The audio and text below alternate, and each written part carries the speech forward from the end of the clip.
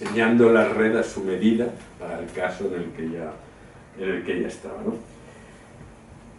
En ese sentido podemos decir que el sujeto hace y deshace la red, aunque a veces nos parece que está un poco atrapado en ella, ¿no?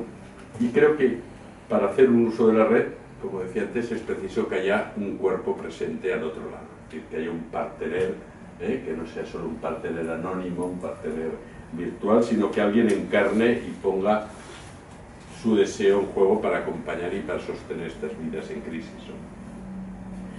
Porque sin ese preliminar, es decir, sin ese cuerpo, sin poner un poco ahí la carne en el asador, sabemos que la red se pervierte en otras funciones, ¿no? En funciones de control, en funciones de exclusión, por ejemplo, ¿no? Incluso la red puede ser un otro muy sádico, ¿no? Un otro, digamos, muy omnividente, ¿no? Alguien que lo sabe todo, que lo controla todo, ¿no?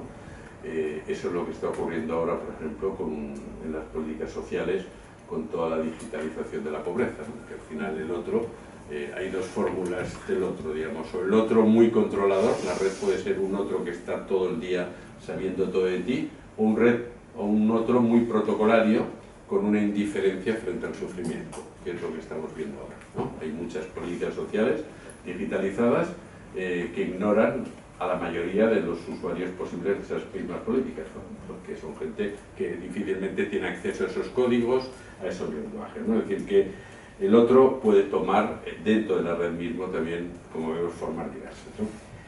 Y estar disponible para acoger el malestar implica entonces también tolerar la falta que causa ese sufrimiento, ¿no? Y esto en los casos que Cosme plantea se ve muy bien, ¿no? Tolerar, digamos, la pulsión de muerte que anida en cada sujeto, porque vemos que algunos sujetos caminan, corren hacia el abismo, digamos, disparados hacia el abismo, ¿no? Entonces, tolerar un poco ese empuje no es fácil, porque nos angustia y porque queremos rápidamente intervenir, ¿no? Hay muchos de estos sujetos que vemos en el libro que se identifican una condición de objetos desechables, ¿no? De objetos excluidos, segregados, ¿no? Ellos mismos se presentan así, segregados de su propia historia, quiero decir, ¿no? Los homeless, por ejemplo, en una ocasión que tuve yo una oportunidad de hacer una pequeña investigación, es muy interesante ver cómo se produce la ruptura biográfica, ¿no? Cómo personas que tienen una familia, que tienen un trabajo, que tienen una casa, van progresivamente perdiendo alguno de esos amarres hasta que acaban en la calle.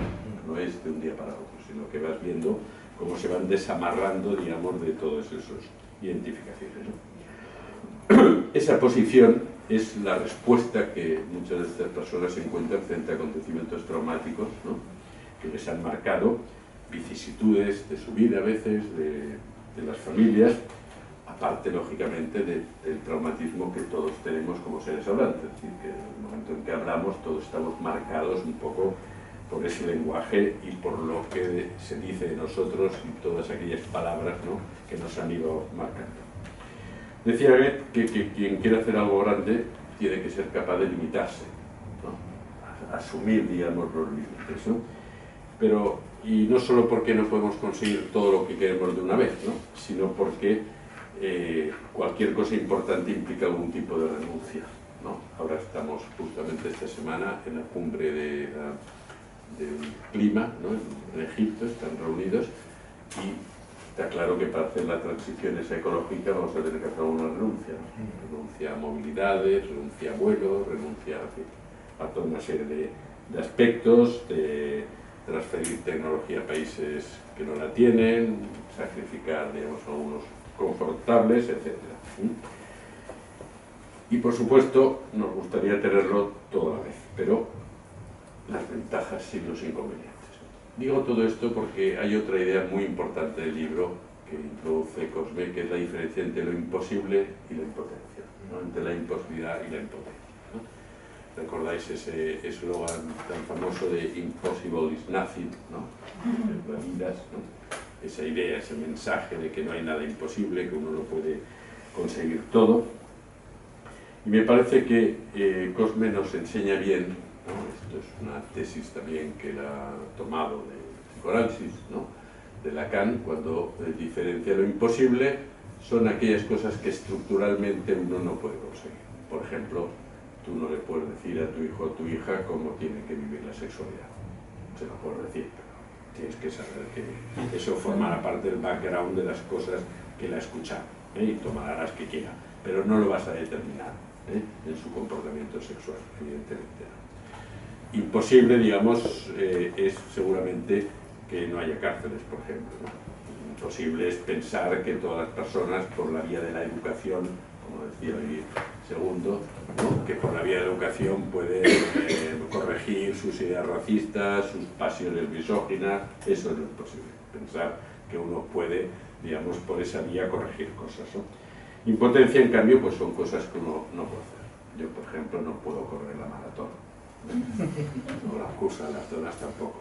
El estado físico, digamos, no me lo permite, ¿no? Eso es impotencia, digamos, no lo puedo. Si enseñara mucho y esas cosas, a lo mejor podría llegar, ¿no? Digo porque esa diferencia me parece que es muy importante en nuestro trabajo, porque nos permite, digamos, sabiendo lo imposible, podemos hacer lo posible. Siendo conscientes, estando advertidos de lo que es imposible, es imposible para un docente que estén todos tranquilos en la clase las 5 horas. Es imposible. Pero si sabe que es imposible, podrá hacer cosas posibles. Podrá introducir didácticas, podrá introducir itinerarios formativos, es decir, cosas que hagan posible transmitir el deseo que tiene él por enseñar, etc. Y esta idea me parece que es clave para los educadores, para los trabajadores sociales, para los clínicos, evidentemente, que lidian en el día a día con estas vidas en crisis, para poder realojar a los sujetos no solo en términos de protección, es decir, no realojarlos solo en casas, no darles un techo, sino sobre todo lo que me parece interesante del libro es realojarlos en la palabra. Creo que esto es muy importante, ¿no?